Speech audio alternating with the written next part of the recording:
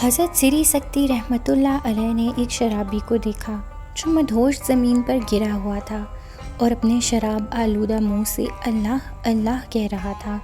حضرت سری سکتی رحمۃ اللہ علیہ نے وہیں بیٹھ کر اس کا منہ پانی سے دھویا اور فرمایا، اس بے خبر کو کیا خبر کہ کس منہ سے کس پاک ذات کا نام لے رہا ہے۔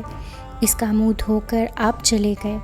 جب شرابی کو ہوش آیا تو لوگوں نے اسے بتایا، تمہاری بے ہوشی کے عالم میں حضرت سری سکتی رحمۃ اللہ علیہ یہاں آئے تھے اور تمہارا منہ دھو کر گئے ہیں۔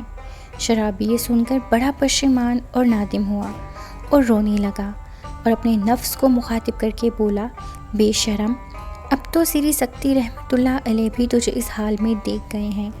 اللہ عز و جل سے ڈر اور آئندہ کے لیے توبہ کر۔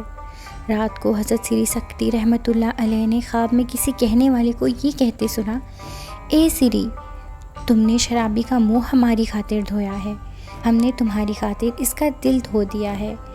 حضرت سری سکتی رحمۃ اللہ علیہ تہجد کے وقت مسجد میں گئے تو اس شرابی کو تہجد پڑھتے ہوئے پایا۔ آپ رحمۃ اللہ علیہ نے اس سے پوچھا، تم میں یہ انقلاب کیسے آیا؟ وہ بولا، اب مجھ سے کیا پوچھتے ہیں جبکہ اللہ عز و جل نے آپ کو بتا دیا ہے۔